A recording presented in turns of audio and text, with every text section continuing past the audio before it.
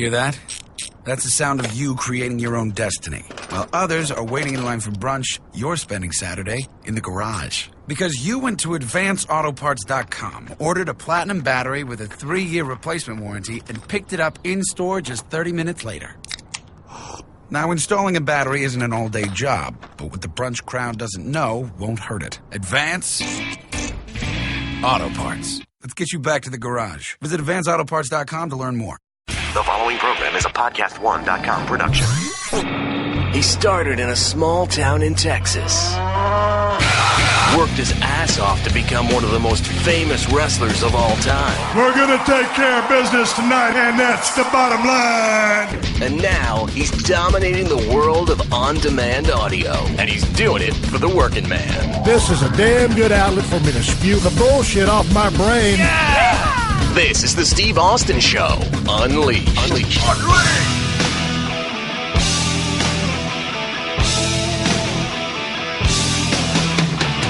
All right, everybody, welcome to Steve Austin Show. I'm coming to you from the mean streets of Los Angeles, California, sitting here at the house at 316 Gimmick Street. Believe it or not, folks, I'm about to go get my swell on over at the gym with Easton Corbin. That's right, country music superstar, one of my favorites. Easton Corbin is in town here in the city for a couple of days. I think he's just got one day off, but we're about to go out there and attack the gym. I'm going to work out with one arm, see what kind of weights Easton's going to put up on the bar, see what his guys do, and I think we're going to bring it back over here to 316 Gimmick Street and hopefully record a podcast. I'm fixed to go down tomorrow and talk to David Walker of Firestone Walker Brewing Company. We're going to be talking about craft beer, and when you're talking about craft beer, I'm probably going to be drinking beer while I have this conversation. Firestone Walker with a new facility, a badass pub over here on the corner of Lincoln and Washington, talking to one half of the equation, David Walker, coming up real soon on the podcast. Easton Corbin, been in concert, been on the road. We're going to talk about where they're going, where they've been, how the new record's doing. I think he's got a new single that's about to drop, so we're going to do all that stuff coming up after we go get our swell on. Anyway, I've got a long podcast today. Well, it's not that long, but I'm breaking down Wrestlemania 32 that happened in Dallas, Texas about 2 weeks ago. I'm breaking it down with my friend Court Bauer. So I'm going to go ahead and chew through the fat, get down to the brass tacks of the business, because I've got a lot of other things going on in my world. So let me get this business out of the way right now. So you guys know I've been talking about the 5-4 Club on this podcast for a few weeks, and that's because I hate to go shopping for clothes. And if you're like me, then 5-4 Club is your solution. Sign up for 54club.com and have your clothes delivered right to your front door. You can look good without stepping foot into the mall and without dropping your whole month's paycheck on new threads. You just pick your sizes. You personalize your style preference and color choice. Tell them if you're looking for clothes for the office, a lazy weekend, hanging home, or a night out on the town. You choose your style profile, classic, casual, forward, or mix, or like me, camo. And then you wait for the clothes to show up. Swig a beer for no shopping mall. And swig a beer because 5-4 Club won't break your bank. Where else can you get all that for just $60 a month? And I'll do you one better. If you go to 54club.com and use the promo code Austin at sign up, you'll get 50% off your first package. And if you want to change up your style choices or colors, you can do that for your next delivery. And the best part, 5-4 Club also gives you style tips to show you how to wear everything. They've made your wardrobe idiot-proof. So go to 54club.com and use the promo code Austin at sign up and get 50% off your first package. That's 54club.com and use the promo code Austin at sign up to get 50% off your first package. Hey, MMA fan. What? Podcast1.com's own Chael Sonnen has some great news for you. What's up, guys? This is Chael Sonnen. Starting Friday, April 15th, I will have 2 podcasts a week on the docket. I got Big Papa Pump Scott Steiner, Republican frontrunner Donald Trump, and Podcast One's own good old JR. And for that, you're welcome. Download Your Welcome with Chael Sonnen now every Wednesday and Friday on the Podcast One app or at podcastone.com. Steve Austin, Unleashed. All right, everybody sitting here at 316 Gimmick Street, rolling sound. I got Court Bauer on the other end of the line. Court, good morning. How are you? Hey, man, what's going on in sunny L.A.? Sunny L.A. It's a wonderful day out here. I'm drinking a Red Bull. It's probably about 12 noon or 1 o'clock your time. It is. Hey, man, we're here to talk about WrestleMania 32, Dallas, Texas, from top to bottom. And we're going to try to do this in about 60 minutes because I got another podcast coming up. I've been totally jammed up trying to get caught up with everything that I've got going on. So people have been asking me, are you going to cover WrestleMania 32? And I am going to cover WrestleMania 32. I know everybody else has. You probably covered it on your show. What did you think about the event? It was a moment where you take pause because you can break down the booking, you can Monday morning quarterback this thing to death, but the WWE audience is seemingly coming for a different experience. It's not what maybe it was 10 years ago. They're coming for the experience, like a Grateful Dead concert. It's a spectacle in a lot of ways, and their audience has changed. I mean, they did over $17 million box office for WrestleMania in Dallas. Think about that.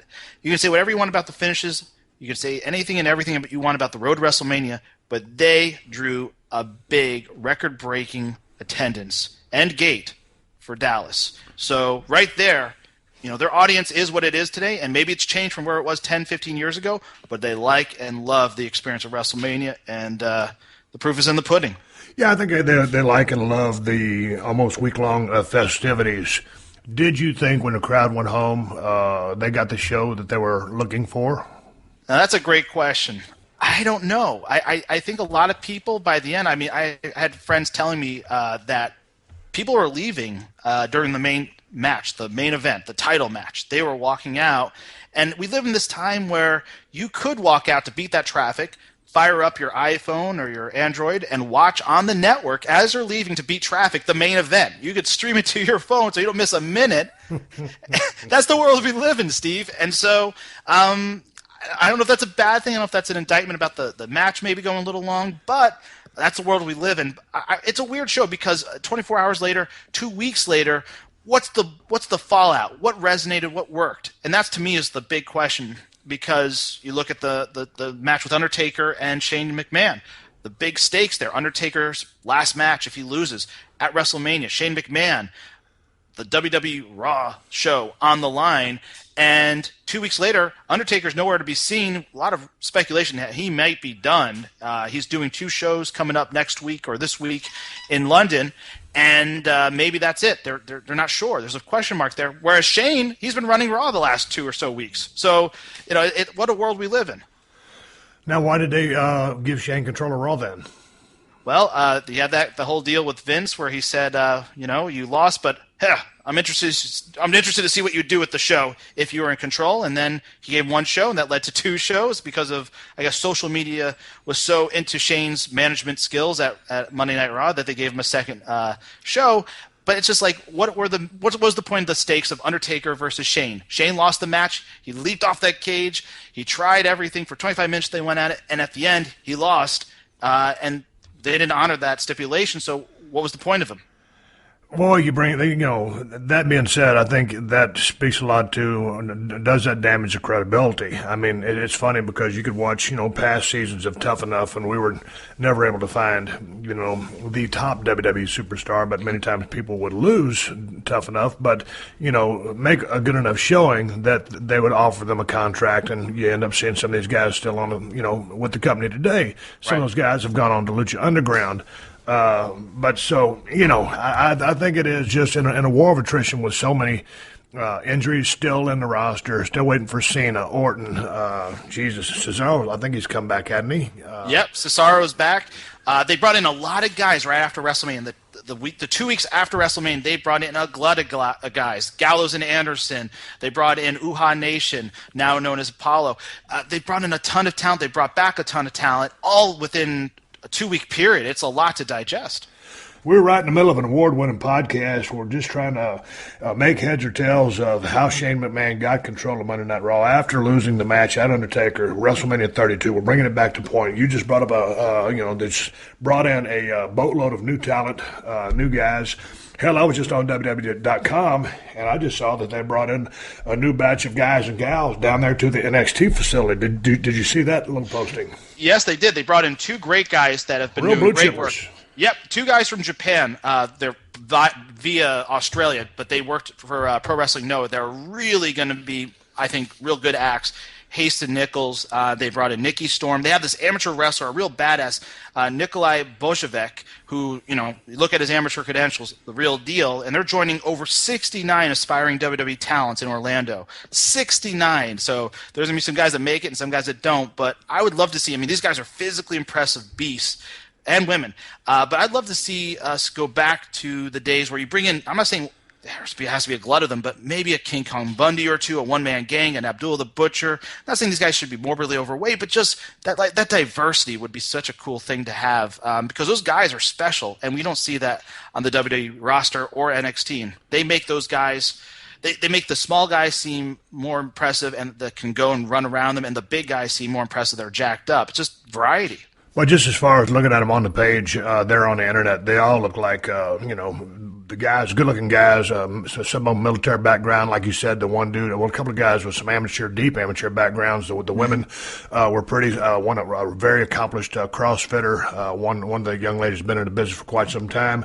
So when you just look at their background, seemingly, hey man, they could be good, great candidates and a good fit for WWE. But here's the thing, when you come in with that deep amateur background and you have those competitive instincts, I've worked with a handful of guys that were such shooters. It was hard to work with them because they couldn't lose the mentality. That being said, when you look at the Brock Lesnar's, when you look at, Kurt Angle, the best of all time that I've seen. Flair actually had an amateur background, but he adapted to the pro style right off the bat.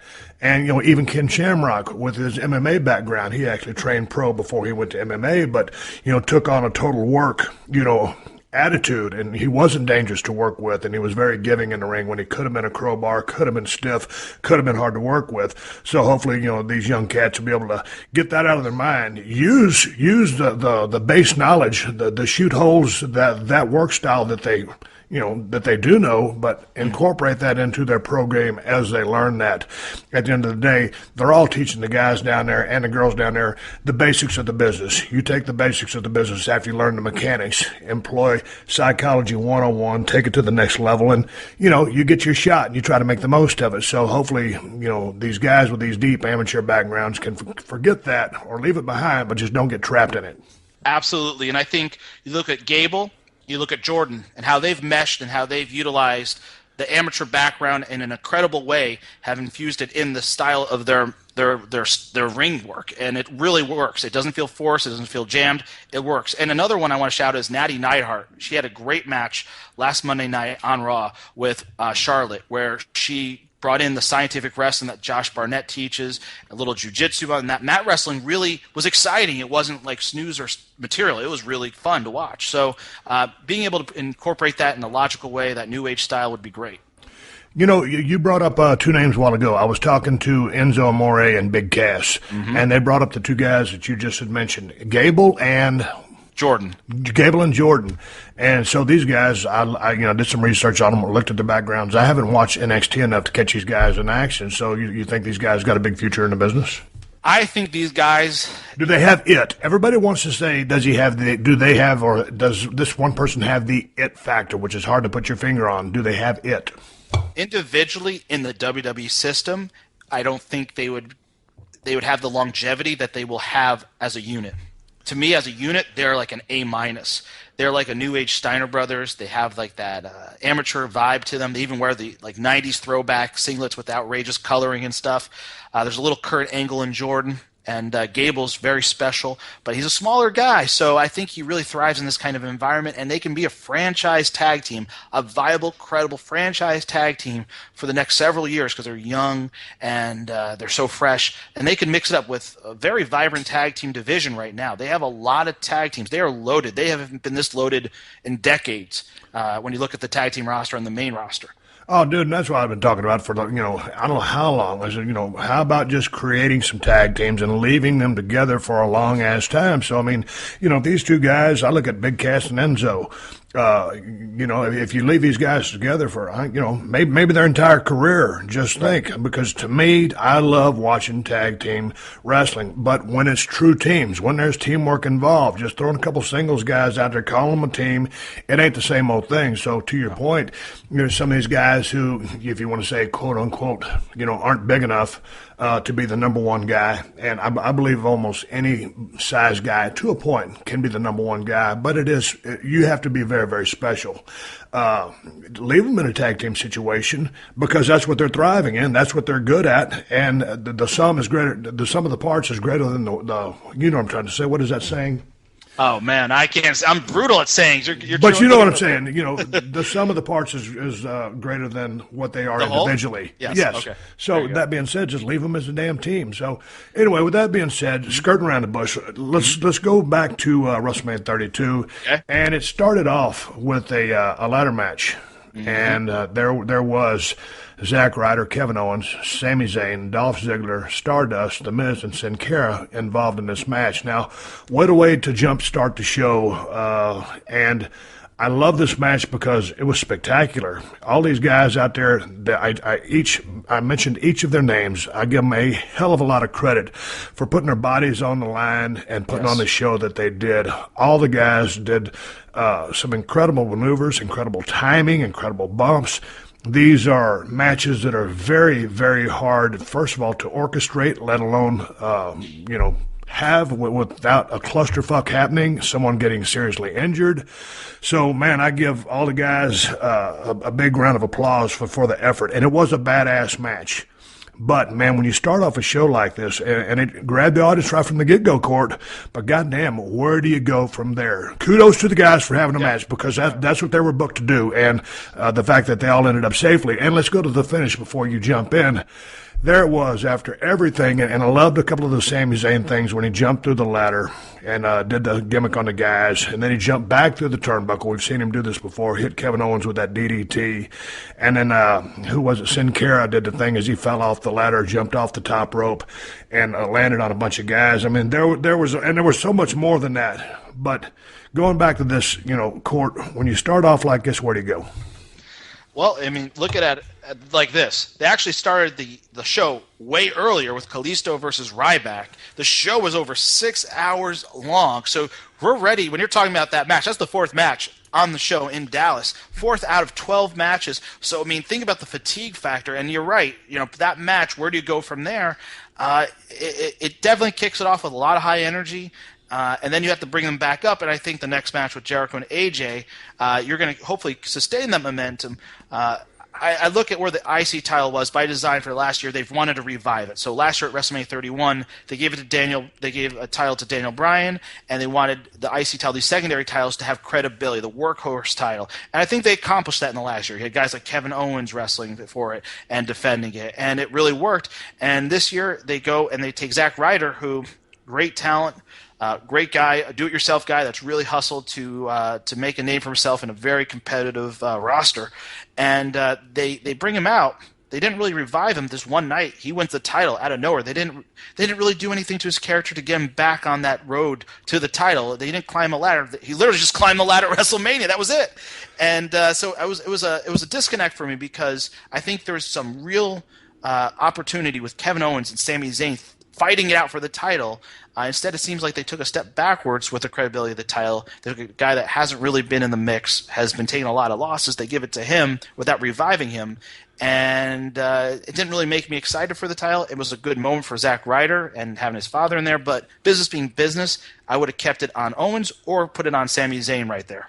I agree with you talking about the business aspect of that, just because of what I think Kevin Owens and Sami Zayn, mean to the future of that company. Dolph Ziggler can work his ass off, as can, Stardust, all those guys. But the way it almost happened, with the Miz going up in there, and due to his character being what it is, kind of sat there and basked in his glory, just a con hair too long. Here comes Zack Ryder, pushes him off, and he grabs the belt. So I was happy for Zack Ryder on a personal level, because as I watched his interview later on in the pay-per-view with Maria Menounos, it was such a forced promo, and it was, working from memorization, and it just felt just so contrived. And I was like, because I used to watch the Long Island Z story that he used to do on YouTube, And God dang, this kid is very creative. He can talk.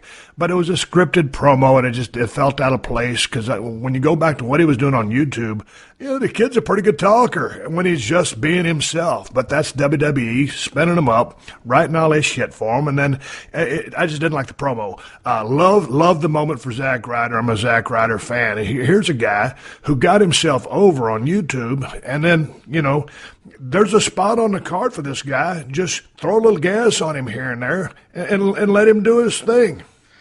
Yeah, I just think it's you got to set a guy right, and you have to, if you're going to repackage him, reboot him, you got to do it the right way. And this was a hot potato title switch. You went from Owens to Ryder to Miz. Man, why not just go to Miz at WrestleMania? If that's the direction you're going, you have Maurice coming out the following night, and you go in that direction. The hot potato thing was weird to me, and I still feel Kevin Owens, Sami Zayn brings a lot of credibility to the belt, and I think they could really whip everyone into a frenzy and get people popping when they say this is an Intercontinental title match, and these two guys are throwing down for the belt. I think it's a huge thing. Where they go with the Miz moving forward with the belt, I don't know, man. Zack Ryder deserves, I think, still to have in earnest a good run, and he's been chop blocked creatively at every seeming pass that he's trying to make something go. But this guy has really tried to do all he can to get himself over, and he's done a great job. He does this thing down in NXT as part of the Hype Bros with Mojo Rawley, right. And up on the main roster he's doing this. So I mean, he's trying. He's not a guy just taking a paycheck and not trying to make moves. He's trying to reinvent himself. He added the beard. He's trying different things. He's just not sitting there just hoping fate goes his way. No. Kid's working his ass off, and I give him props for doing all the stuff he did on YouTube back in the day. The promo felt forced. It was a feel-good moment for him. I'm a Zack Ryder fan, so, and again, swig of beer to all the guys in this match. It was a hellacious match, but, like you said, it was the fourth match on the card, first match on the pay-per-view, and then we move into Chris Jericho and AJ Styles. And this match had its moments. At times, it seems it dragged a little bit, and there was a little bit of discombobulation with some of the spots, and I think I have tremendous respect for Chris Jericho and AJ Styles, but I just feel like there's a little miscommunication in the ring, and I didn't know where the crowd was. I mean, how many times has Chris Jericho and AJ worked prior to this pay-per-view, Court? You watch Raw way more than I do. They've worked a bunch, and sometimes you have it, sometimes you don't when it comes to chemistry, and I've seen that. We've both seen that. The real puzzling thing for me on this is this should have been the moment. You know where you're going for Payback in Chicago for May 1st, I believe, and AJ Styles is going to be the first challenge for Roman Reigns. And what better way to set him up than a big win at WrestleMania? The win that matters. Now, you can trade wins afterwards, but they don't matter like WrestleMania. WrestleMania should be holding up. You can remember who won at WrestleMania 7 or 10. The night after, not so much. And to me, this was a big moment to set your path for Roman Reigns. And now, unless they're going to have AJ win the title at Payback, which I highly doubt, and then you go to Jericho versus AJ, and Jericho can say, hey, I beat you at WrestleMania, which is the old territory deal. You'd have the next champion come and get beat by the local guy, so when he won the belt, you come back and say, well, shit, our local guy won the belt, or won against this guy, so he should win the belt this time out. Well, I don't know if they're going to do that. I don't see AJ beating Roman Reigns a month into his title reign. I think they're going to stay with Roman Reigns for a while as champion. So it makes it all the more puzzling that AJ wouldn't get that win, and by design, Chris Jericho comes in for a few months, gets the town over, helps get everyone moving up a little bit, get maybe perceived as a higher level than when they originally brought them in, and he's getting guys over. That's kind of what they're utilizing for. It's a good return on the investment. They didn't do that here at WrestleMania, and I'm baffled by it. I was baffled by the finish. I thought AJ Styles should have went over clean. I think he should have went over clean.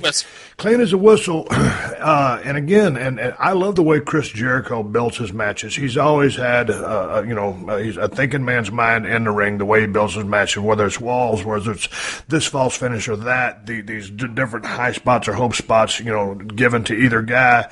And, he's going to go down the Hall of Fame. AJ Styles, if you're going to make this kid, now's the time to make him. Because I just thought that coming in from the outside, he's been all over the place. Coming in from Japan, TNA, whatever it's called, he doesn't get the win. Really? I thought AJ Styles, and it was a hard-fought match. and both guys worked their ass off. I'd seen it before. There was certainly some great moments in there, but a little discombobulation. But I looked for AJ Styles to get the stamp and get the W at WrestleMania 32.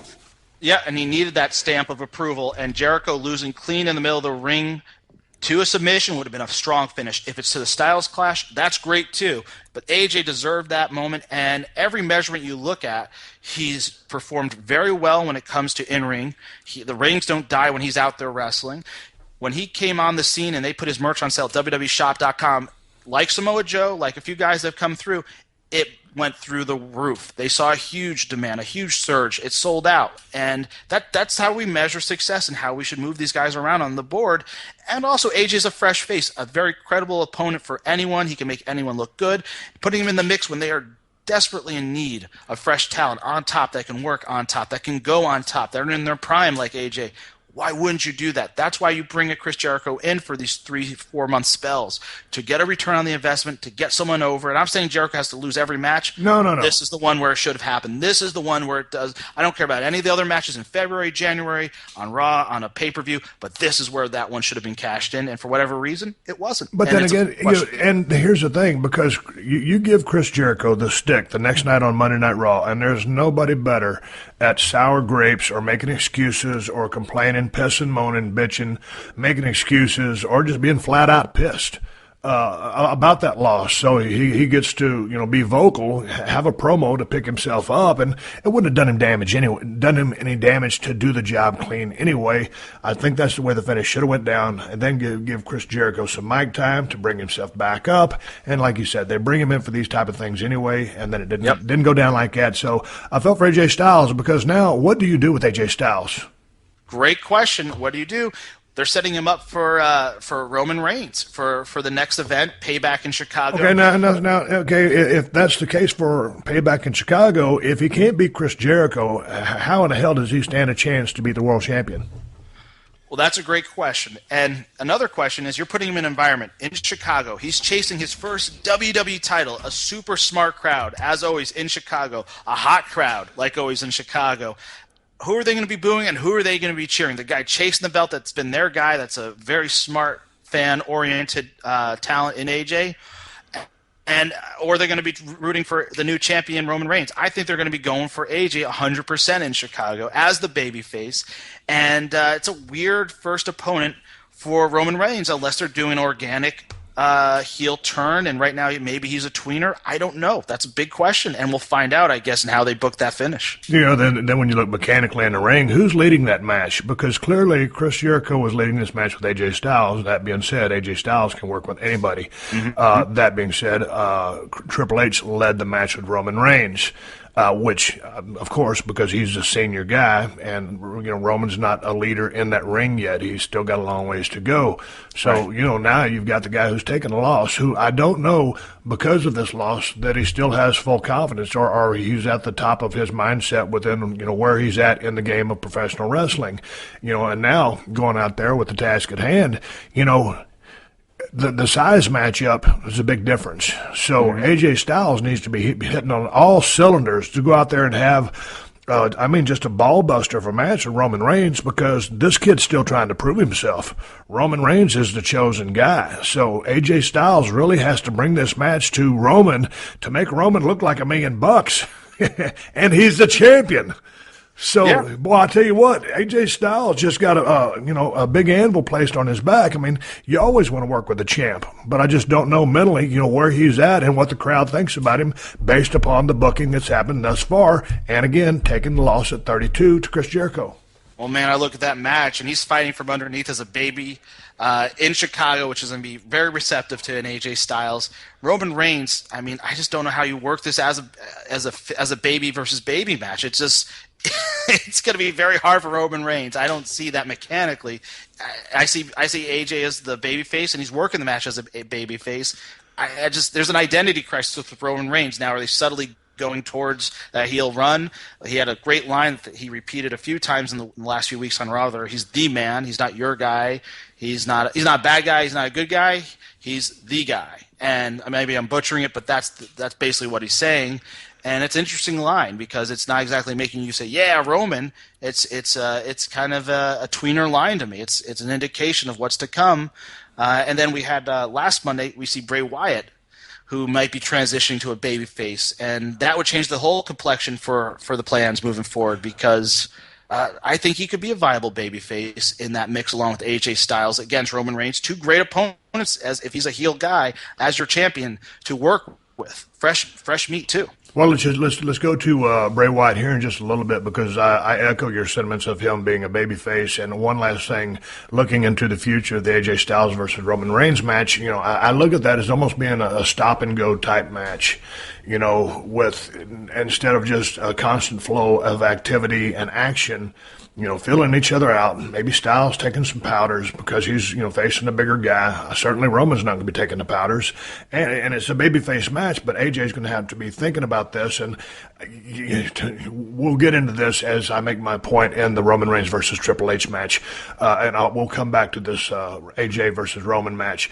Okay, let's go to the League of Nations. It was Sheamus, Alberto Del Rio, and Rusev. King Barrett was there as well. They defeated the New Day, Big E, Kofi Kingston, and Xavier Woods. And, of course, after that match, myself, Shawn Michaels, and Mankind would come out and do a little business with these guys. I thought this was just a short, quick, entertaining match. Mm-hmm. I'm seeing, I don't know what they did on Monday Night Raw, but I just look at New Day. Those guys are so energetic. They're so entertaining. They're so good as a trio on a stick. I see a big babyface run coming for the New Day.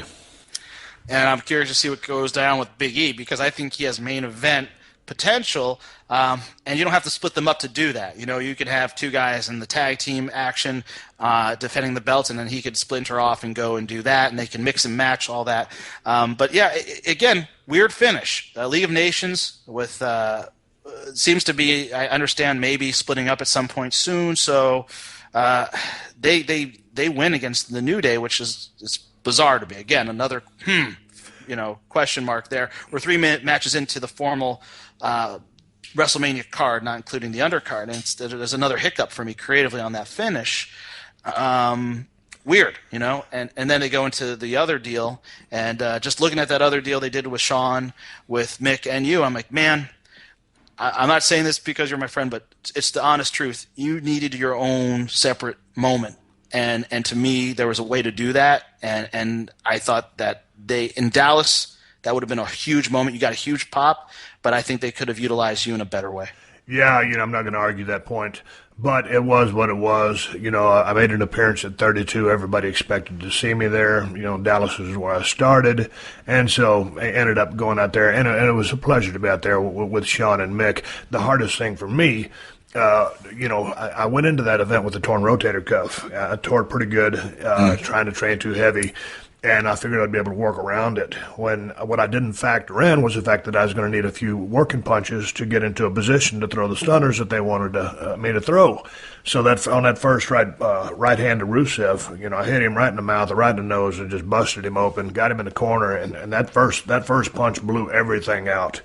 And so it was just, getting through the rest of it, catching the beers, holding those beers up when you're in the moment with the adrenaline and all that going.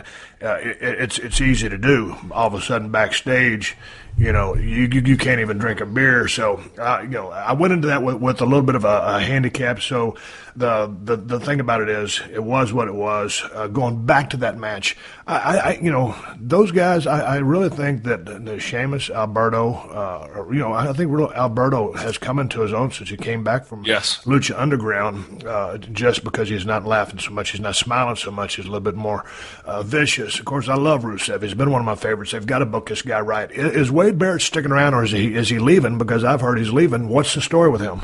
Yeah, I heard he's leaving, and I've heard all types of stuff. Is he going into acting? Is he going to check out what's going on in Japan? Is he going to have a hero's homecoming in Great Britain, which is an exploding region for wrestling right now? A huge appetite for pro wrestling, especially WWE wrestling. who knows? But he's on his way out, and to me, I can tell you, Alberto has huge babyface potential. Huge. Night one, when he came in L.A. for his return, his surprise return against John Cena at Hell in a Cell in October, got a huge reaction, babyface reaction against John Cena. The crowd going, see, man, and they were saying that the whole time going into the winter, even with Dutch at his side and that convoluted Mexi-American thing or Mexa-America, whatever the hell it was called. It was like they were handcuffing him. And Dutch is an amazing guy, but it's just a weird marriage between the two.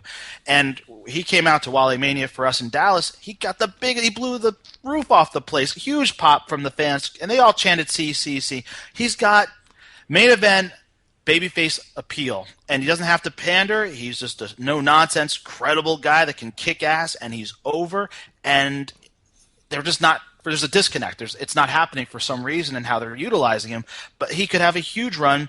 You want to tap into that Mexican fan base. They want to tour down there, and for some reason they're just not programming him that way. And he could be a huge babyface from. And Absolutely. Roman Reigns, good-looking guy. And if Roman Reigns is your heel champion, a babyface Alberto chasing it could be fun. It could be fun. I mean, it takes me back some old world-class days. I mean, to a degree, he reminds me a little bit of Gino. I mean, so many years have passed by. It's kind of a different era, but just that good-looking Latino guy. He has all the ability in the world, comes from a shoot background, picked up the pro style, second, third-generation guy. But, it could be a huge star. But so as well, Sheamus, a real quick backstage story. Sheamus is back there drinking Broken Skull IPAs with me. He pounded down about 3 tall boys in 15 minutes. And I still think there's room for those guys to go with Sheamus. He's got a great personality, but I think they manufacture him a little too much on television. But all the guys in this match have a lot of potential to make the next step and be the big star. And I love Rusev, so don't even get me started about him. This kid, they need to book him as a brute. That certainly, when The Rock came in a few months ago and said that, how flexible Lana was, and Rusev he was given the silent, non-speaking part. That didn't do anything to help the guy. You built him up as a crusher.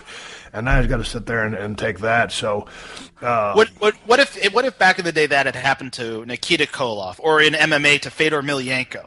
I mean, it's just like that's the problem. That's how you're supposed to be presenting this guy, but you're not, and you're doing that, and it totally neuters him. It defangs a top heel.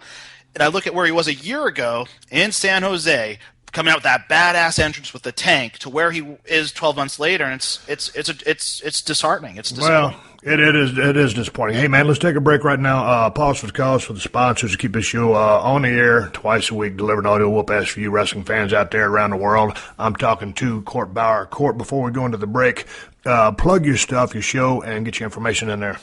Yeah, check us out at MLWRadio.com. We have Jim Cornette, Conan, myself, ex-WWE writers. We have historians talking about the Dallas territory. We're going to have a show with Bruiser Brody coming out this week. And it's just a lot of fun. We have a VIP subscription for just $1.99. Go to MLWRadio.com. And actually, we're going to have a new show coming out every week with Tama Tonga and all the New Japan crew. And that's going to drop probably on the weekends. And you can learn more about that at MLWRadio.com. Let me say thanks for supporting all the great sponsors of this podcast, and that includes Diamond Dallas Page and DDP Yoga. If you're looking to change your life and get on that path to healthier living, then get yourself on the DDP Yoga program. And right now, Dallas is giving all you guys a great deal. And if you go to ddpyoga.com/Austin, you get a great price on DDP Yoga, and you get 3 free months of the DDP Yoga Now app. It's available for iPhones and Android, and both versions are getting great reviews. And this app, folks, is money. Dallas has done thought of everything. You can do live workouts from the DDP Yoga Performance Center. You can access recipes, cooking demonstrations, and nutrition guides, and you can do it all from your phone. He's got a rewards program that's built into the app, too. You get points for the yoga you do, and then you can redeem those points for special rewards and DDP merchandise. Dallas is giving you everything you need to get on a path to healthier living, and he's making it as easy as possible. So get the DDP Yoga program at ddpyoga.com/Austin and take advantage of the 3 free months of the DDP Yoga Now app. Like Dallas always says, all you got to do is commit. So make that commitment now at ddpyoga.com/Austin. Hey, I'm going to let you in on a little secret about TrueCar and the TrueCar app. You can use TrueCar to help you buy a used car. It ain't just for new car purchases. There are over 500,000 pre-owned vehicles available from TrueCar certified dealers nationwide. And there are over 11,000 TrueCar certified dealers. And TrueCar lets you get upfront pricing information on new and used vehicles and lets you see what other people paid for the car you want so that you feel confident you're getting a fair price. With TrueCar, via their TrueCar pricing curve, you see what other people paid for the car and you lock in your guaranteed savings. Then you can connect with the local certified dealer of your choosing, take them your TrueCar guaranteed savings certificate, and make your car buying experience quick and easy. Over 2 million cars have been sold to TrueCar users by the TrueCar certified dealer network, and TrueCar users save an average of over $3,000 off MSRP. So when you're ready to buy a new or used car, visit TrueCar.com or download the TrueCar app to enjoy a better car buying experience. Some features not available in all states. All right, here we go back again with Court Bauer. Court, let's talk about Brock Lesnar with Paul Heyman, the advocate, against Dean Ambrose in a street fight match. God dang, I was really looking for there were some great moments in this match, but, right. Poor Dean Ambrose, who I love, and then with Brock Lesnar, really never stood a chance. I didn't think he got a chance to employ many of the tools that I suspected he would use. It just seemed just a little too, here's this piece, here's this next piece, a little too formulated and not organic enough. Brock has invented that Suplex City style. There were some legitimate spots in there, false finishes where seemingly Dean Ambrose could get the win. The dirty deeds on the steel chairs was certainly a moment, and to Brock's credit, when Dean had him in trouble, Jesus Christ, Brock Lesnar will sell like Hamlet. He'll sell for somebody if you get him down. But at the end of the day, this match neither elevated nor hurt either guy. They kind of remained the same. Your thoughts? Yeah, it was a weird match because I think it could have been one of those things where a babyface shows his heart, but in the end fails, and he's over because he never quits. He never says die. He doesn't. It's the classic WrestleMania 13 Bret Hart, Steve Austin moment where, man, he's trying so damn hard, but the other guy beats him, and you feel something from him. He's over in losing more than you would have imagined, and it didn't happen by design here. It was a clunky deal. I mean, they introduced all these weapons in the weeks leading up. Terry Funk kind of puts him over. Cactus Jack puts him over, and then even how they utilized the weapons wasn't that aha moment. It was kind of a throwaway, and I think they could have done more with the environment. I think they could have had more fun with this match, and it was just it was a win for Brock Lesnar, but it wasn't a memorable win for Brock Lesnar. For Dean Ambrose, there was a time and place when he would have been told how the match was going to lay out, what the ratio of offense to defense would have been, and how much he was going to get in on offense, and a guy would have given notice or maybe just walked out on the match. But we don't live in that day and age where a guy is going to say, yeah, I'm not going to do that, and walks out on WrestleMania. Maybe 15, 20 years ago that happens, not today. So he takes his lumps literally and creatively, and that's what the finish is. And I'm not saying Brock shouldn't have gone over, but it's the way they got there creatively, and the art of the finish and how you lay out that match. And it just there was a way that Dean could have gotten over and losing, and it didn't happen there. And what's interesting too is Brock Lesnar spoke publicly about it going into WrestleMania in Dallas to the media that he's at his limit on dates. And yes, Vince can cut a lot of checks, but Brock has his limit, and he's at that limit. Now, what does that mean? You can interpret that to mean anything.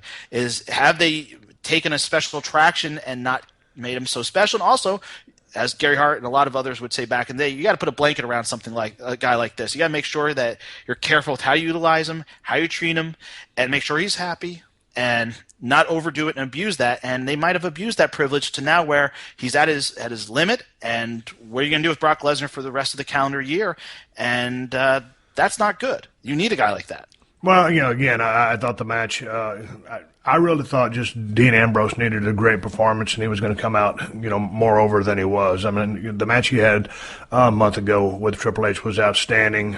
I expected a little bit more out of this match. Like I said, Brock remained the same, still a viable, credible threat to any title because of just he's a legitimate tough guy. Dean Ambrose, the match was what it was, and it was nothing more. So I'll leave it at that. I think both guys remain the same. Let's go to the triple threat match. Charlotte against Becky Lynch and Sasha Banks. Obviously, the man Ric Flair was there ringside with Charlotte. I watched this match at the pay-per-view. I only watched a few matches. I was busy doing my thing. At this time, I was in my dressing room drinking Broken Skull IPA with Sheamus, and John Cena stopped by. As I watched this match on the monitor, I loved it. When I watched it back twice on the internet, on the WWE Network, I didn't like it as much because I had to listen to the announcing. And, man, I don't mean that in a bad way because all those guys are friends of mine. But just watching the match from what it was and listening to the crowd, to me, I think this was one of the bright spots of the night, if it wasn't the match of the night. And I love the fact that Charlotte went over. I love the way Ric Flair comes there at the end because Sasha Banks is going to come in and break up the figure eight. She was unable to because of Ric Flair. All the gals look good. Sasha overshot the sunset off the turnbuckle.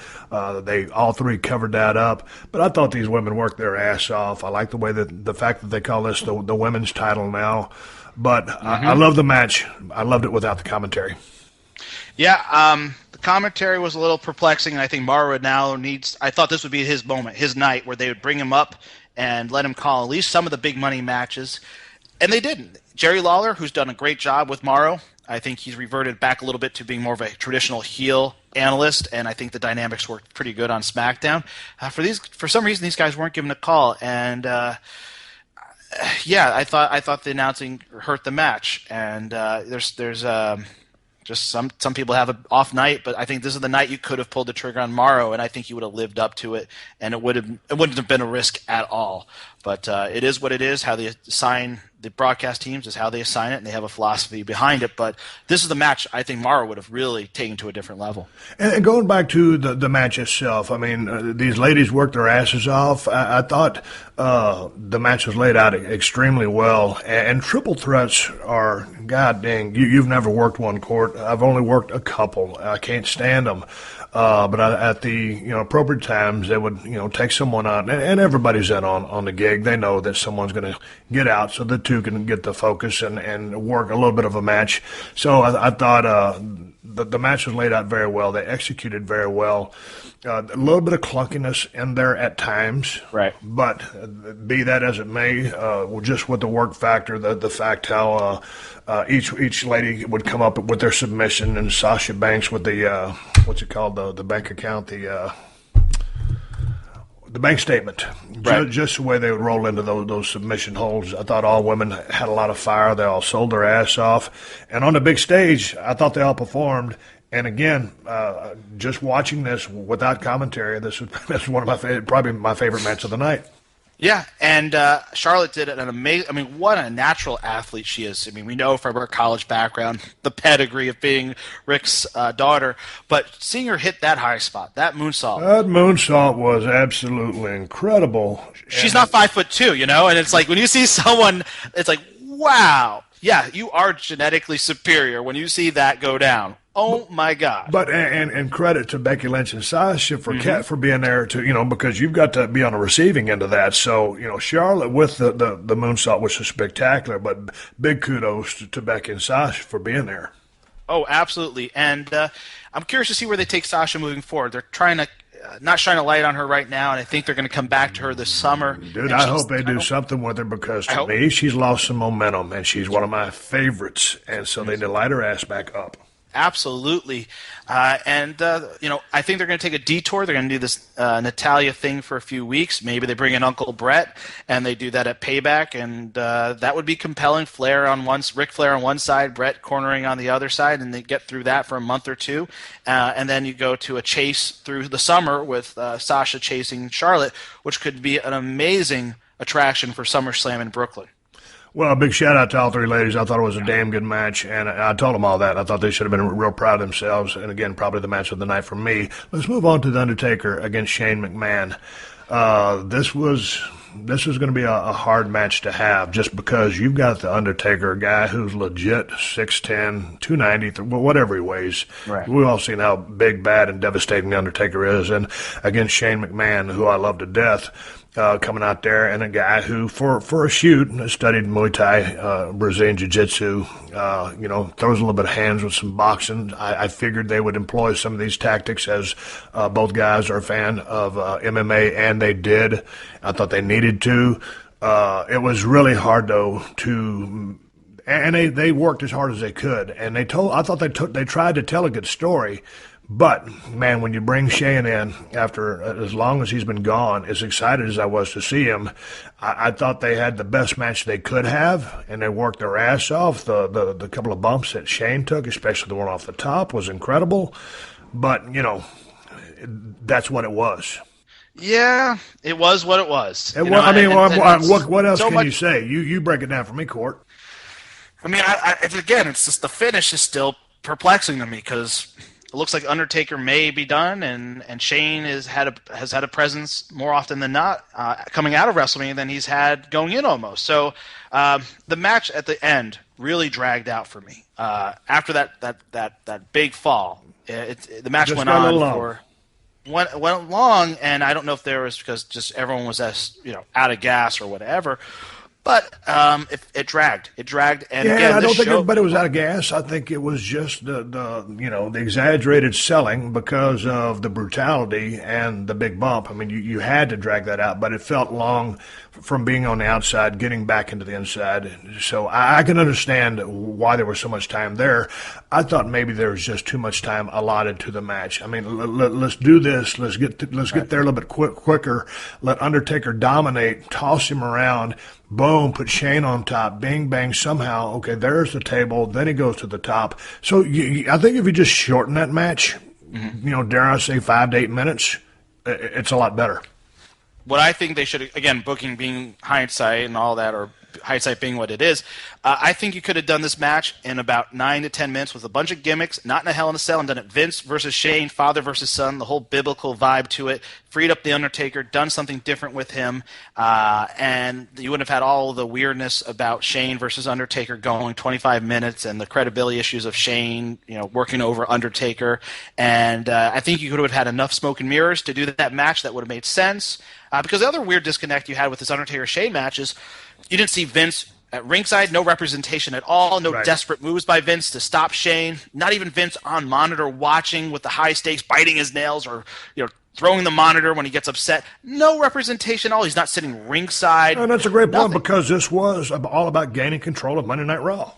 Damn right. And it was just there in its own little world on this show, and you didn't feel the stakes. And they didn't really call the stakes in terms of calling the action that the whole complexion of the WWE, this could be the new era if Shane wins this. This could be Undertaker's last ride at WrestleMania in Dallas. It didn't feel as big. It almost is like they kind of muted that energy, and Vince, just one shot would have been enough to represent the stakes being so high. Show him in the skybox. Show him with Jerry Jones. I don't care where you show him. Show the guy and show that the stakes are high. This is his company. This is the legacy. And we didn't get that. It was odd, and also it was odd that then you see Shane kiss his wife. You see his kids watching this very violent match, harkening back to Beyond the Mat with Mick Foley doing that with his kids. I'm like, wow, it is a brutal match. His kids are ringside. We're seeing that perspective, very humanizing, but we're not seeing Vince. And again, it was just bizarre to me. Yeah, I do. With control of Monday Night Raw on the line, the fact that, he's about as invested as you can be for him not to have any presence in the match, a big mistake. But anyway, respect to both guys. I thought, really, I think both guys were in between a rock and a hard place and a war of attrition, and so many guys hurt. Shane steps up, does a commendable job doing everything that he did.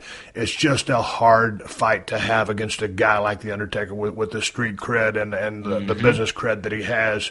But I thought both guys worked their ass off. Credit to Shane for taking that bump, and good thing they landed safely, and he's good from it. But anyway, let's move on. Baron Corbin was the last man. there at the 20-man battle royal for the Andre the Giant Memorial Trophy. He eliminated Kane. Baron Corbin, a Royal Rumble is what it is. Court, I don't think we need to sit there and break this down and analyze it. Your thoughts on Baron Corbin? JBL made this statement. He goes, "This kid has a huge future in front of him." Words to that effect. And, man, that's almost like putting a jinx on a guy.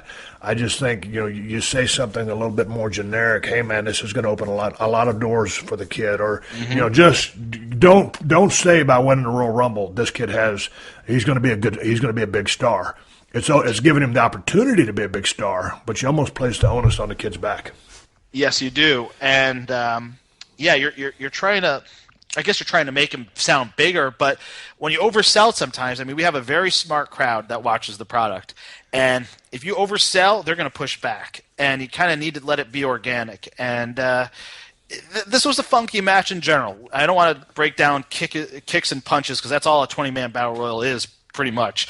But when you introduce Shaq, an NBA Hall of Famer, a man known around the world, and he's a throwaway in the Battle Royal. They do a spot in there with Big Show, but I'm like, man, why didn't you promote that he was going to be there? I don't care if you cut the deal 24 hours ahead of time. Get him on SportsCenter. Get him doing media that whole morning. Get USA Today, everyone out there. Do a whole media row. Shaq is going to be there. It's a last-minute bonus. You got to subscribe and check this out on the WWE Network. It was just a throwaway. It was like, of all throwaways, the throwaway.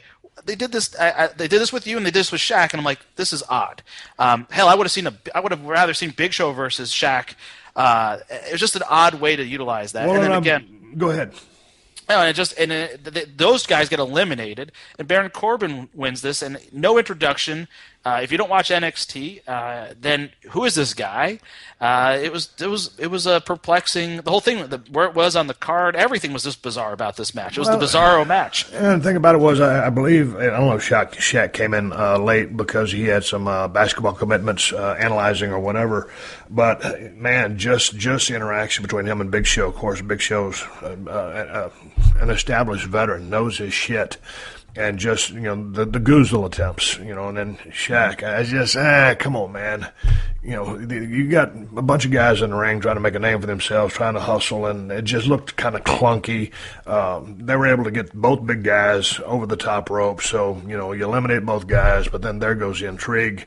To your point, man, if you're going to have Shaq, known around the world, he's going to be in a battle royal, and you just bring him down, and in 5 minutes, him and Show are out. And then, I expect Show to dominate these things year in, year out, and just win the sumbitch for 5 years in a row.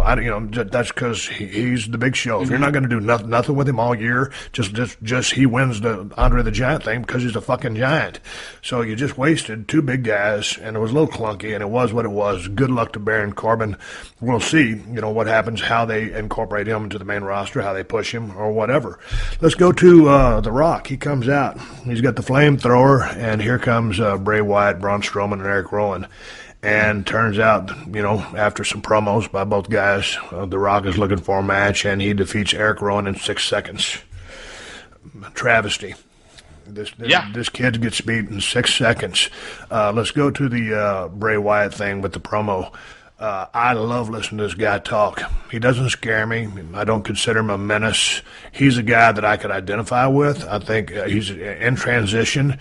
You make this guy a babyface. I think the kid has money written all over him because I love the sound of his voice. I love the drawl. I love the cadence. He's a charismatic dude. And he doesn't got to be the handshaking babyface, but I see big money in the kid as a babyface because I just like him. Yeah. I think he can make a few minor adjustments and be a big baby face. And there's a soulfulness like Dusty had to his voice.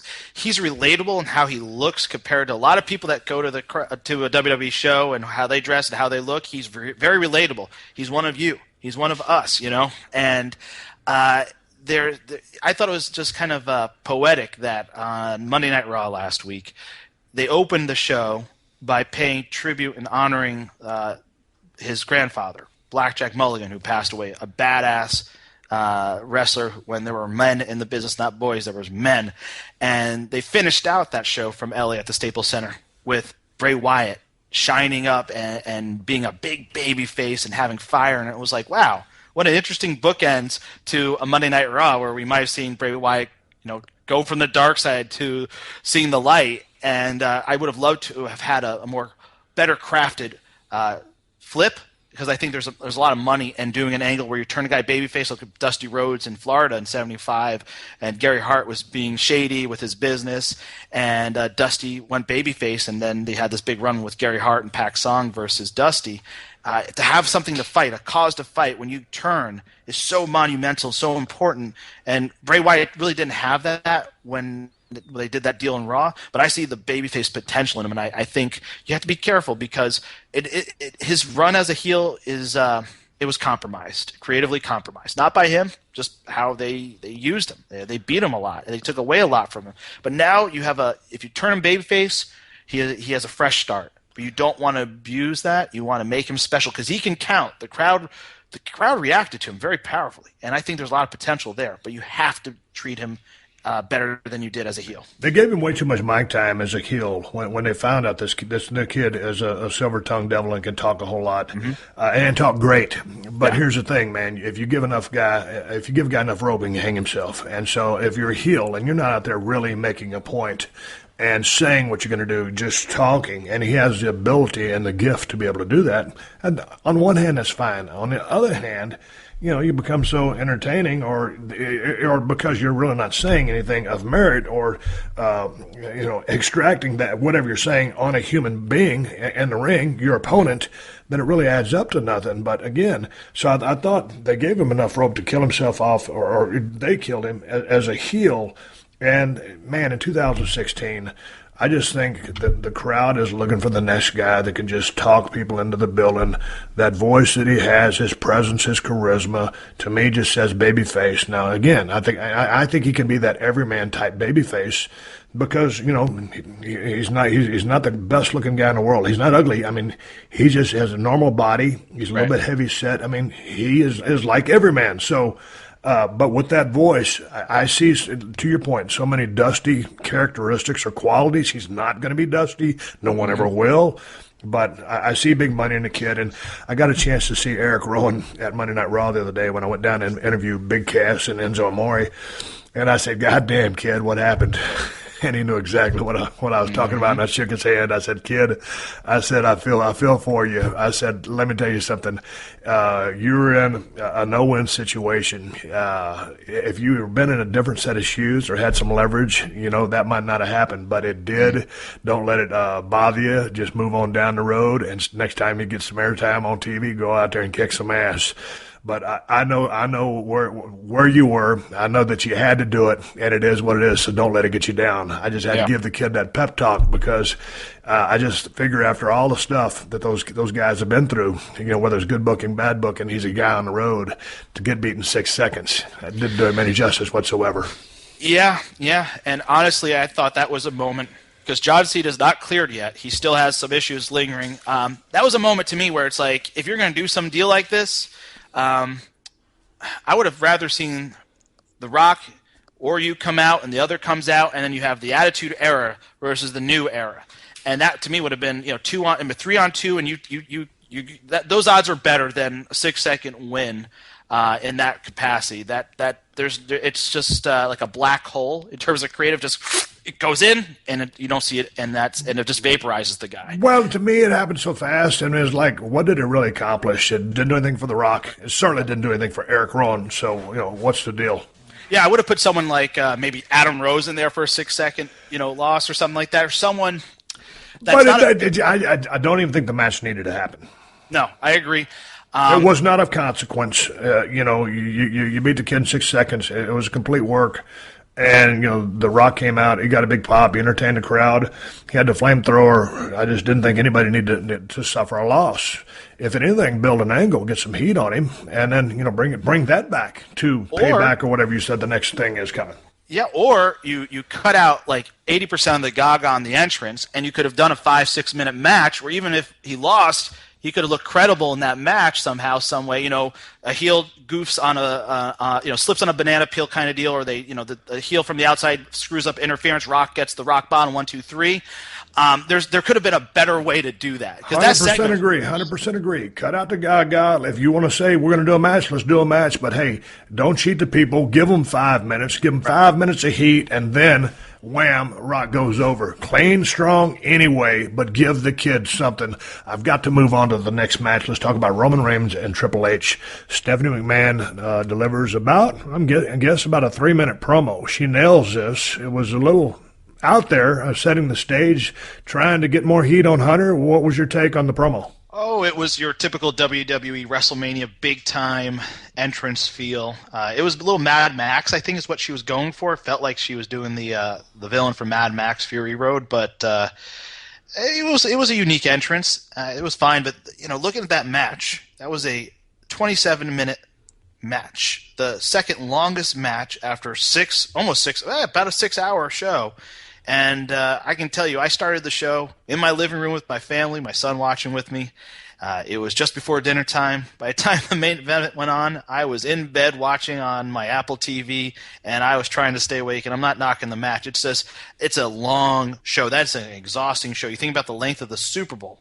It's not that long. That's a long show, and you're going your last match is the second longest match of the night, only eclipsed by Undertaker Shane, which went 30 minutes and 5 seconds. So that's a long, long piece of business. Okay, first of all, give me your assessment on the match itself, and let me break down some of the points that I'd like to make on this. I think you could have cut that match down to half, if not longer. Hey, maybe give some of that time to that Rock Eric Rowan deal or whatever in the ring, but definitely could have gone about 15. I think it would have been more effective. I think the finish would have had a better, more succinct punctuation on it than going long. I think it lost something, and I think it clearly lost a little bit of the crowd as they left and maybe were streaming on their iPhones the finish, but it felt like you lost some of that energy and momentum you had coming out of the last segment. And I just think you could have done that deal a little bit more shorter period of time. Your show, when you shut a show down around north of 11:30 at night, it's a late night for 6 hours. So I would have gone a little tighter on time. Mechanically, I think it was what it was. It was a by the numbers match. Nothing that really is going to probably stand out in all of the 32 WrestleManias. And it's not a match that I felt like a day later had that vibe that, wow, that was a big title switch where we're seeing the new era start here tonight in Dallas. So, it was just kind of there. And I'm not knocking either guy or the match. It was just long. Man, here's the thing. My whole take is exactly what you said. It was way too long. That match should have been 15 minutes. I mean, from bell to bell, 15 minutes. And that being said, all the bells and whistles and action that needed to happen within that 15 minutes. And this is a deal where, okay, if it's Bret Hart and Shawn Michaels and you're out there, hey, give them 30 because they can go 30. But here's a case, and Triple H can go any amount of time you want him to go, but what needed to happen on this, just to make Roman, because if you're going to let Roman go over clean in the middle of the ring, shine him up like $1 million, let him bounce Triple H all over Kingdom Come, finally let Triple H just get a frog's hair of heat on him, and then boom, big finish, bam, 1, 2, 3. Make an impact with that match, make an impact with the finish, and make a statement for the kid. It's about getting this kid over, and at least within the confines of the 20 by 20 being the ring, and then you've got all the other things to deal with, whether it's people resent him or this, that, or they think he's been pushed too hard too soon. That's besides the point. But from a mechanical standpoint, with the match, man, if I'd have been in that match, I'd have said, dude, you're going to bounce me all over the place. I'm going to cut you off a couple times by cheating. You're going to come back out on top. We're going to bounce the shit out of me. We'll bring in some bells and whistles, and then bing, bang, boom, wham, big spear, whatever his finish is, 1, 2, 3, and leave on a biggest goddamn high note you can. Because sometimes it'd be a deal where Pat Patterson, who is wonderful with finishes and is a very good friend, he'd come to some of the matches, and some of the guys were so over, and he goes, why didn't you just go right into the heat? Or he goes, why did you even get any heat? You didn't need any heat. So, I mean, it's like, you're trying to make Roman Reigns. I don't think you're going to make him in a 28-minute chess match. This match needed to be all about excitement, explosion, and testosterone out of Roman, and that's how I think I should have booked it. Yeah, It's like a movie. There's some movies where they're a little bit more nuanced, and there's some movies that are like a Michael Bay movie. Bang, boom, explosion. And that's the thrill of that movie. And I think this movie would have been, or this match would have been better in a little bit different, more of a, less of a Ricky Steamboat, Ric Flair type layout, and more of just a kick-ass, little bit of a brawl, a lot more action, a little bit of heat, and get to your finish earlier, because again, you got a long night that's behind you, and Roman Reigns doing long extended matches right now doesn't work to his strengths. You're showing holes in his game. I mean, I always think that every single crowd has a gas gauge on it, when it's full and when it's empty, and it was damn near empty by the time they got out there, just because they've seen so much action. Hey man, here's been a blowout weekend. It's been spectacular. You set a new attendance record for WWE. And then, here's the main event. Man, hey, man, here's what we were thinking, but you know what? Let's chop half this shit out and just go 12-15 and pop these motherfuckers like crazy and get the fuck out. You got the belt. Let me give you your moment. And, and then the kid, it ends up being what it is. So I thought both guys worked their ass off. Of course, Triple H is one of my favorite workers. Roman Reigns, he's a guy that I love to talk to in person. He's down to earth. He's a cool dude. I wish nothing but the best for him. But just as far as, careers, and if you're Triple H and you're going to make somebody, make him in shorter fashion, because making Roman Reigns work this long exposed more holes in his game than we've already know that exist. Yeah. And so many times he was in cell mode, covered up in all that black, in a corner, clutching his ribs or whatever. And then, it was always, this was the come on match where everybody was using their hands, come on. And it was just too much. I didn't need to see Roman sell that much. I wanted to see a ball of fire, hurricane, just tornado in action, and then boom, finish. I'd have been happy as a lark. Yeah, I agree. And, you look at that match, and you want the crowd to you want to leave always the crowd wanting more, and after 6 hours, that's a damn hard thing. Going 30 minutes almost with that match, and that's not even including, that was bell to bell, 27 minutes. You talk about the entrances, that match went north of 30 minutes, and that's coming off of The Rock doing his surprise return, doing a match. That's coming off of Shaq making a surprise cameo in a Battle Royal. That's coming after a Hell in a Cell match. That's coming after a ladder match. So it's like you're facing all that behind you. So you really got to keep that thing tight. And the biggest problem I look at as a takeaway from WrestleMania 32 is the aftermath. What happened at WrestleMania that you felt 24 hours later, or a week later, 2 weeks later? The impact of what transpired at WrestleMania was almost like in its own little universe. And then the next day, it was like none of that mattered. And that to me is the biggest problem with that WrestleMania was there was nothing that resonated. There was no consequences for that WrestleMania. AJ lost, and he went on to challenge for the title. Roman Reigns won, and off with a new era started. But what happened to Triple H? There's no story about what happened. He just disappeared. He vanquished Triple H, I guess. There was no aftermath. There's no even announcer saying, well, he's in seclusion, and we'll have more on this in a few weeks. Vince comes out the next day. They blow off the Undertaker Shane stip, and Shane's now in charge, and we don't know what happened to Undertaker. Undertaker, I guess, was just a device by Vince McMahon, a blunt object tool that he could use at his disposal. There was no ramifications for Vince using and abusing that privilege with Undertaker. Undertaker didn't get anything on him. That was odd. And it was just like that WrestleMania just stood on its own in its own world, and then we moved on and went in a different direction. So continuity-wise, there was no real connective tissue from Sunday to Monday to the next few weeks. And that's a weird thing, because WrestleMania should feel big. The consequences, the ramifications of what transpires at WrestleMania should matter more than any other event of the year for WWE. It is their big event of the year. And yet, 24 hours later, they had just kind of flushed it down the toilet, which is criminal.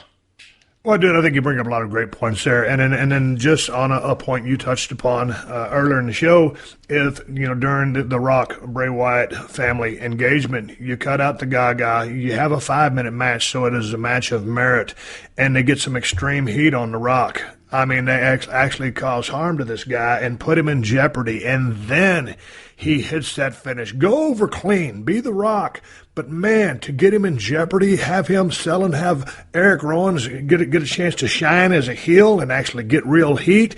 And because it would hearken you back to those days where the crowd used to love to chant, Rocky, Rock. I mean, dude, they would come like crazy because it was an easy, great name to chant, and he was over like Rover, so they always wanted to come for him. So as much time as he likes to take with the mic, you get some heat on him, let that crowd come organically for him, then let him, whether it's out of the blue or with the big comeback, and use the other two, use Bray and use Braun Strowman. Yeah, whether you use those two guys or not, but just make it dynamic, and then the pop that The Rock would have gotten for getting the 1, 2, 3 count then would have blown away the 6-second record that you set that didn't help anybody. No, you're right. And then the crowd would have won on that match because you would have seen The Rock in action, The Rock in jeopardy, and The Rock in victory. Who truly came out of WrestleMania with genuine momentum? Of all the matches, do you feel that some came out like, wow, man, they're going to have a hot 2016? Man, that's a good question. I can't think of one. I'm looking at the card right now. And here's another thing. Well, I think I think Charlotte came out, her dad, Rick helped her get that win. But I saw the women come out with momentum just because I thought they kicked ass. And I think right now is a great time to be, if you're a fan of women's wrestling, which I am, and if you're one of the gals in the back working, I think now it's a good time to be in the women's division. So out of everybody, I would say that those three ladies came out with momentum. Not necessarily a shit ton of it. That's not what I'm saying. But, yeah, at least with something where they're, Zack Ryder winning and then losing the thing the next night on Raw. I mean, I love the Zack Ryder win. But then when you squash it the next day, nothing. So what was your points on who came out with Steam? I think that the women's division as a whole probably came out looking the best out of this. Intact. Yep. And looking like they had a positive future coming out of that. And the weird thing is, the Raw after WrestleMania has always been a hot new chapter, kicking off the new season of WWE. And there was such a weird transition because you had no Undertaker, you had no Rock, no Steve Austin, no Shawn Michaels, no Mick Foley, no Paul Heyman, no Brock Lesnar. I'm probably forgetting a few people. No Triple H, no Stephanie. I mean, right there, it's almost a dozen people. No Undertaker, if I didn't mention him. That filled that show, these big, larger-than-life shadows, and they're gone 24 hours later. Not one of them on Monday Night Raw. And then they try to bring in all this new talent, and it's so hard to do that on one show in 3 hours to try to get so many people over, returning acts, new acts. It's very hard. So that was a weird transition to the new season of WWE. And, it's great to have everyone for the big show, but it's like, man, you need to keep at least some of these guys around and cycle them through or cycle them out.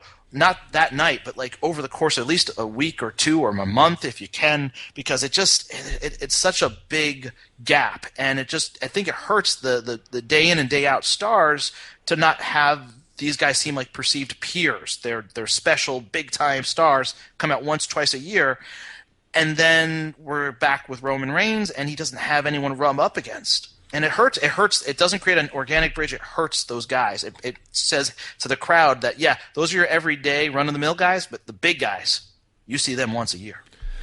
Well, that being said, let's wrap this thing up. Court, talk about your podcast once again. Yes, you can check us all out. MVP, Conan, Jim Cornette, ex-WWE writers, wrestling historians, all of us over at MLWradio.com. We have like 2 or 3 shows dropping every day. Some are free, some are premium. You go VIP for just $1.99 a month. We have a free app you can get. Go to MLW Radio on iTunes or search in the Google Play Store. It's free. You can stream our free stuff. And then if you're VIP, you can access our premium stuff on the go. We have over 900 shows in the can. All of our archives are available there. That's MLWradio.com. And I'm on Twitter and Instagram at Court Bauer, and I just recently Instagrammed a picture of your beer. I had it. It's pretty damn good stuff. It is damn good stuff. And once again, that was Broken Skull IPA I was drinking at WrestleMania 32 in Dallas, Texas. JBL called it a Steve was. That chat my ass. Can please someone plug my goddamn beer? Anyway, I just plugged it, and you can get it at El Segundo Brewing Company if you come to L.A. And if you want to order it on the internet, InsideTheCellar.com. Or if you live in California, Whole Foods or Total Wine. And that's the bottom line because I said so. Cord Bauer, thanks for helping me out. Break down WrestleMania 32. All in all, I thought it was a pretty decent show. Long-winded. Some matches went too long. Girls came out pretty good. Look forward to seeing what they're going to do with 33, but that's a long ways off. We talked about that before we started rolling. That's going to be a real interesting booking session that they'll undertake in 360 or 350 days. We'll talk about it then. All right, my man. Thank you so much. And just a quick shout out. Everyone check out Combate Americas. I exec produce it. It's going to be on the UFC Fight Pass this coming Monday and then the next few Mondays. You can check it out UFC Fight Pass and also on NBC Universo. So check it out. And as a bottom line, because you said so. All right, everybody, give me the go-home cue. It's time to wrap up this podcast and ride off into the sunset. Hey, man, I want to give a big shout-out to Court Bauer. Appreciate you helping me break down WrestleMania 32. I enjoyed the show. I thought it was a little long-winded. A couple of standouts, a couple of things that could have happened. Anyway, that was my thoughts on the show along with Court Bauer. It was what it was, and it was a monstrosity. 101,000 people according to WWE, 97,000 according to other sources. Nonetheless, the biggest WWE gathering in the history of the business. We'll see what WrestleMania 33 brings in about a year. That being said, hey, folks, Broken Skull Challenge is still kicking ass on CMT. We got preempted last week, but we're back on this Sunday. The baddest athletes in the United States of America coming down to throw down, do business, serious head-to-head competition, and a right to take on my Skullbuster, the toughest obstacle course in the United States of America. All the shirts I'm wearing there, the hats and all that BS, you can find at BrokenSkullRanch.com. You want to order some Broken Skull IPA? Go to BrokenSkullRanch.com. Hey, if you want a Broken Skull Steve Austin knife, go to BrokenSkullRanch.com. You can order that sumbitch there, sharp as a damn razor. Anyway, if you're coming into town, check out Broken Skull IPA at El Segundo Brewing Company. In California, at Whole Foods Total Wines and InsideTheCellar.com to deliver to your house. Anyway, anything and everything is Steve Austin. You can find it at BrokenSkullRanch.com. Got the website back up and running, everything you need. Hey, quick shout out to everybody. I appreciate y'all supporting the sponsors of the Steve Austin Podcast because, after all, they're the ones that let me do this for you free twice a week. So big thanks to ddpyoga.com/Austin and the DDP Yoga Now app, to 54club.com. Use my promo code Austin to get 50% off your first package, and to TrueCar.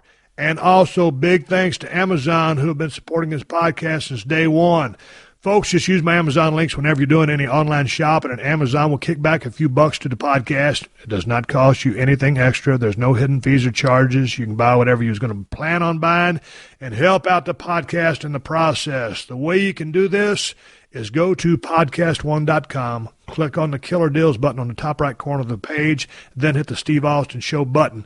Amazon links there for USA, UK, and Canada. All my fine sponsors help support the sponsors. That helps support the podcast. I keep opening up 2 cans of audio whoop-ass free each and every single week. Best thing to do is bookmark that sumbitch so you can get to it a lot easier and do what you was going to do. Help out the podcast in the process and do it in one single step. Hey, keep listening. The 60-second AP News headlines are coming up next. Until next time, my name is Steve motherfucking Austin, and I will catch your ass down the road. Download new episodes of Steve Austin Unleashed every Thursday at podcastone.com. That's podcastone.com.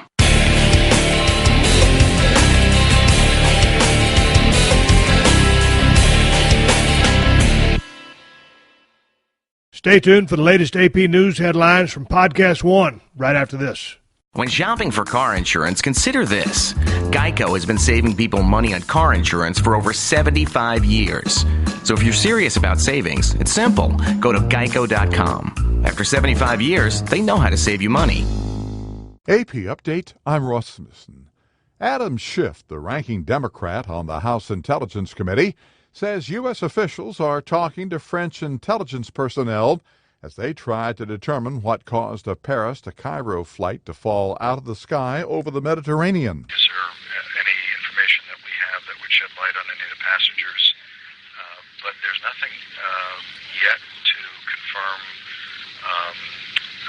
the cause of the plane crash. FBI Director James Comey says intelligence agents from around the world, including some of his, are collaborating on possible causes of the Egypt Air crash. So far, at least, we have no claim of responsibility or evidence that this was an intentional act, but the FBI, as you would expect, is working with our partners around the world to try and gain a better understanding of what happened, given that we don't see any indication yet. None of the 66 people on board American. AP Update, I'm Ross Simpson.